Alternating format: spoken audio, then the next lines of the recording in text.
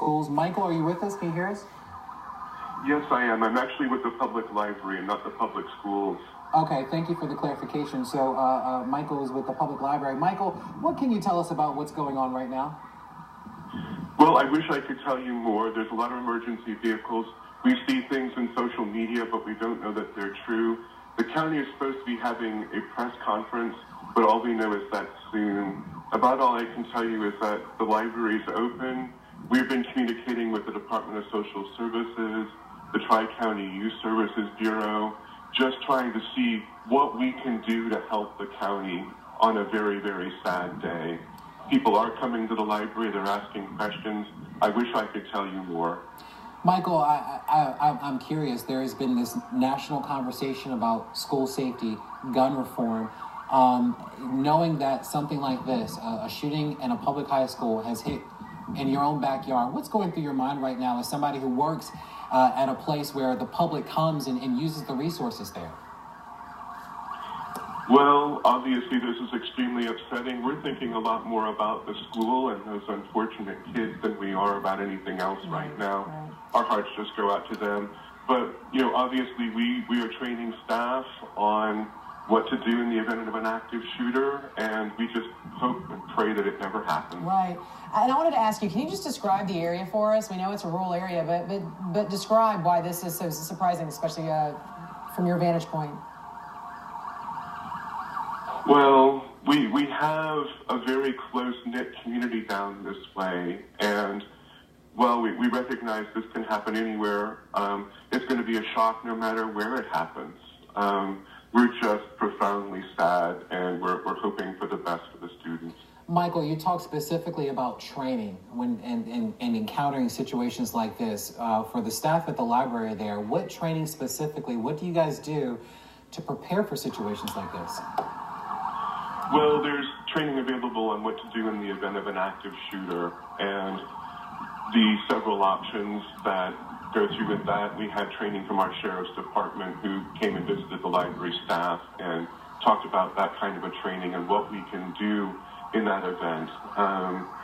Obviously, your options are very limited on good and positive action, but we just are hoping that staff in the event of the worst can do their best under a very difficult situation. Yeah, difficult indeed. Yeah, especially on the heels of what happened in Florida, and now 4 days away from the march here in D.C. Thanks so much for calling in. We certainly appreciate it. I just want to I want to read something from the Baltimore Sun that I just saw. The Baltimore Sun has, the same information most of us have, but they ended up talking to someone, a student at that school, this senior Terrence Rames. He says he was standing with his friends outside their first period class around 8 a.m. when he heard a shot. He said he knew instantly what that loud crack meant. He said he started running, heading to a first-floor bathroom before thinking to himself, this is a dead end. He says he turned to instead sprint toward the nearest exit. This is all according to the Baltimore Sun, right? He says out of the corner of his eye, he saw a girl fall, and he wrote, he says, I just thank God I'm safe. I just want to know who did it and who got injured. And again, we do not have any information about who was injured, but just seeing this and reading it, and then also for you hearing it, is just stunning.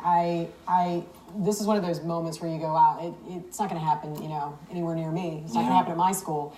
And then you read something like this, somebody who gave such a detailed account of what they experienced, and it's just frightening. And unfortunately, teachers are having to prepare for things like this these days. Yeah. I talked about my own personal experience being in the classroom. I'm an adjunct professor at Prince George's Community College. These are things that we think about when we're in the classroom.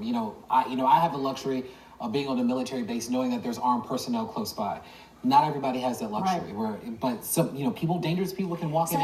So since the shooting, have you guys done anything differently? Have they said anything to faculty? Yeah, we have regular trainings, quarterly trainings that we go through that talk about school safety, that talk about student management. We haven't done anything as a college regarding this specific issue, but I know there's been conversations, because I'm located on a military base, about what should happen and what can happen and what resources are available. We have police, we have armed guards all over the place in the education. I switched building. it out. That's I'm why I on a paused military it, but base, thanks so for it's asking. very safe where we are.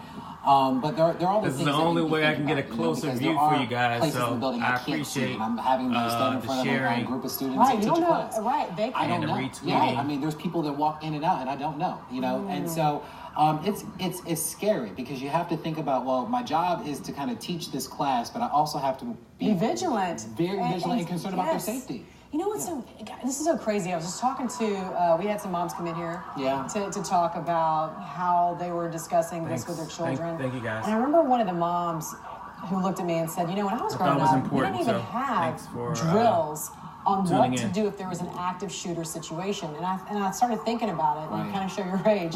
Because I remember we had tornado drills. You might have had a fire drill. But we never had an active shooter drill. And she was just telling me how she had to have that conversation, and how her son would come home and say, oh yeah, we had this active shooter drill. And just like it was like, having a fire drill. To the point where now companies are developing backpacks so that students can be safe in situations The bulletproof like the backpacks. bulletproof backpack. That don't work. It is a sad state of affairs that we have to get to this point. Yeah, and I can only imagine if you're in front of the classroom and you're teaching a group of students. I don't care if you're on a military base or not. It doesn't matter where you are, because we know shootings can happen anywhere. True. And they've happened on military bases before, right?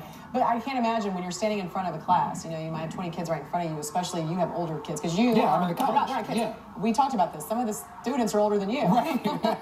And you don't know what can happen when you're standing in front of the classroom, and you also don't know what's happening between two people in that classroom either. I mean, and there have been times I've been in that building, and I've been told that the building was on lockdown because there was something suspicious going outside the building, and I just saw guns drawn and police everywhere.